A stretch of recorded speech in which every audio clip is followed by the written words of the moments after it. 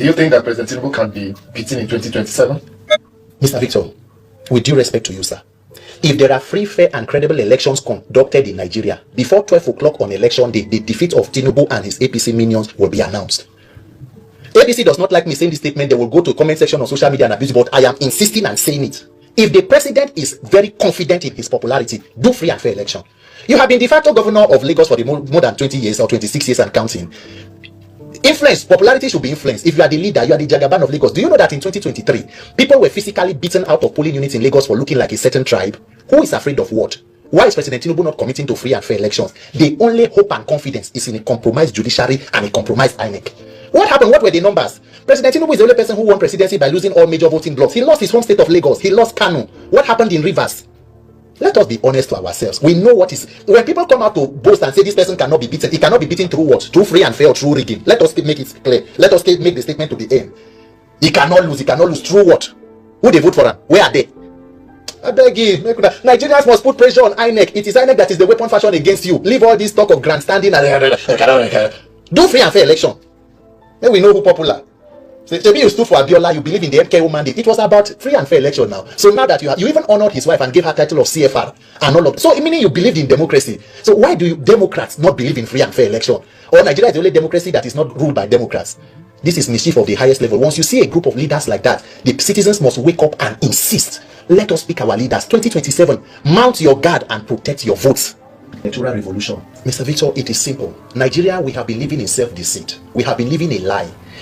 We claim to be a democracy. This year we celebrated 26 years of uninterrupted democracy in our fourth republic, and we have just done 65 years of independence. The hallmark of every democracy are free, fair, credible, and peaceful elections. That is the foundation, because it is a social contract where the citizens choose their leaders, and when they are dissatisfied with their performance, they can vote them out. If you fail to fix elections, there is no point of accountability. So we go through a vicious circle where people just continue to lament about bad leadership. They rig themselves back into power. They complete their 8 years. They rig another person who will become even worse. So if truly we want to be a democracy, it must be through free, fair, credible, and peaceful elections, because elections do not only bring government, they give legitimacy to governance. That is why it became very important that, look, INEC and the electoral process and the judiciary have become the weapon fashioned against Nigeria. We must put a spotlight on it. Since 1999, the current president is the only president who has not come out to talk about electoral reforms and free and fair election, even though he prides himself as being one of the persons who fought for the June 12 MKO Abiola mandate, which was all about free and fair elections. 32 years later, Nigeria cannot boast of conducting credible elections. Even the late President Yaradua admitted that the elections that brought himself and the then Vice President Jonathan, he said they were flawed. We needed to improve on them. Unfortunately, he passed. But President Jonathan took it a step further to sign the 2011 Electoral Act, conducted the elections that were seemingly free and fair that brought President Buhari. Then the destruction of INEC and the judicial system began. And that is where we are today. And if we fail to fix it and they consolidate on what happened, the criminality we call elections of 2023, then we are done for as a country, because there is a template. The current ruling party has a pedigree. We have Lagos State to look at for the last 26 years. Nigerians must fix that system of accountability. Whoever that Nigerians chose, let it come as the mandate of the people. You cannot come through the window and claim to be sanitizing the house. No. The process of getting into power is more important than what you do with the power. That is why we are on this. A lot of people have said that Nigerians have lost interest in INEC. Yes. INEC itself is also saying that Nigerians have not lost confidence in them. That is about the individuals, it's not about INEC. How do you react to that? I think it is unfortunate, because INEC should, the leadership of INEC should bury their heads in shame. The professor of INEC, the INEC chairman currently, his tenure will soon be finishing. In a normal society where there is a rule of law, the INEC chairman should be on a subject of investigation. And I say it with unequivocally. If you collect 300 and something billion to carry out one particular project, you said electronic technology will be the game changer. You needed about 150 billion and all of the position papers you did. Sir, on the day of delivering, you said the Senate result could pass through the server, but the presidential could not because there was a glitch. Sir, do we know what caused the glitch? Has INEC told us why we should not have further glitches moving forward? The politicians have then come out to say, in the minimum, let us know why taxpayer money should be wasted in such a misadventure, and on the day of delivery, it fails. Until date, there is no conversation about electronic tech. In fact, the 2023 election has not even been reviewed by this current INEC chairman who is about to go. And when you say the people do not trust the process, INEC data for 2023, total number of registered voters was about 93 million.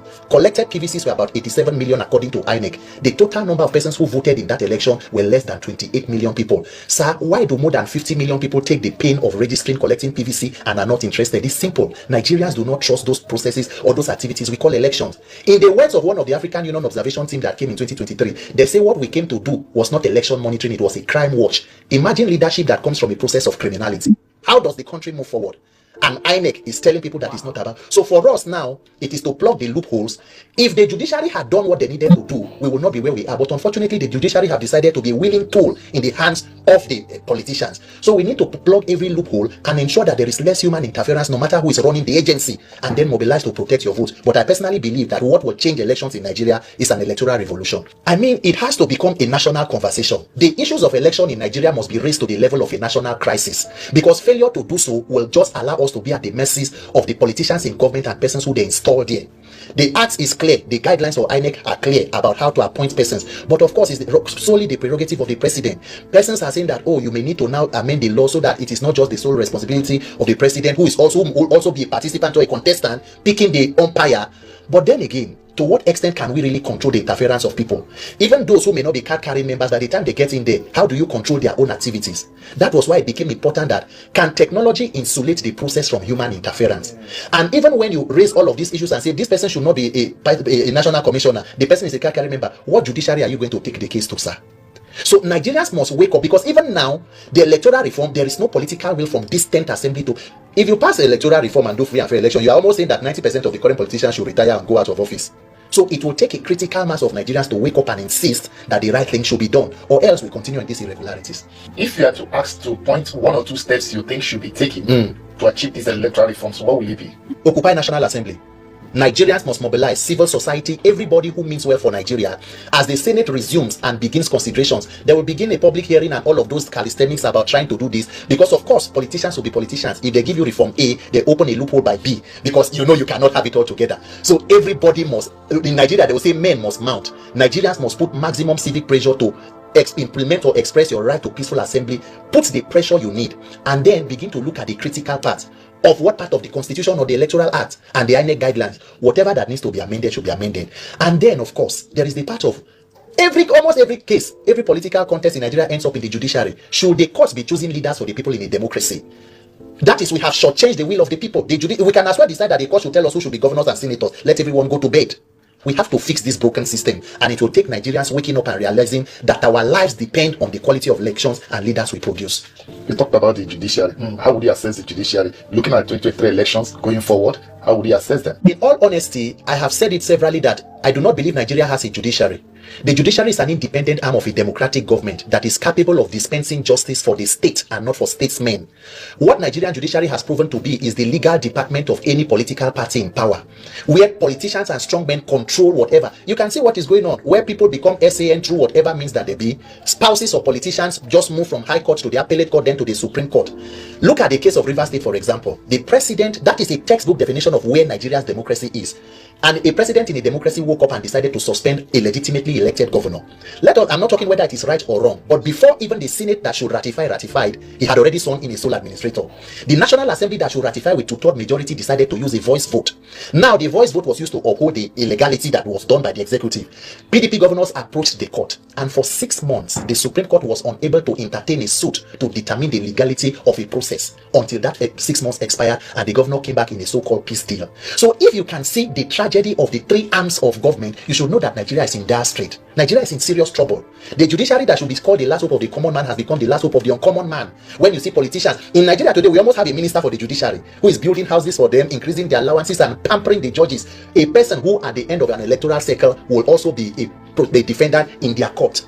And we don't see it as clash of interest. We don't see it as administrative abnormalities. Everybody just goes in that way. So what is the hope of the Nigerian if we have that kind of judiciary? We are in serious trouble and we must fix it.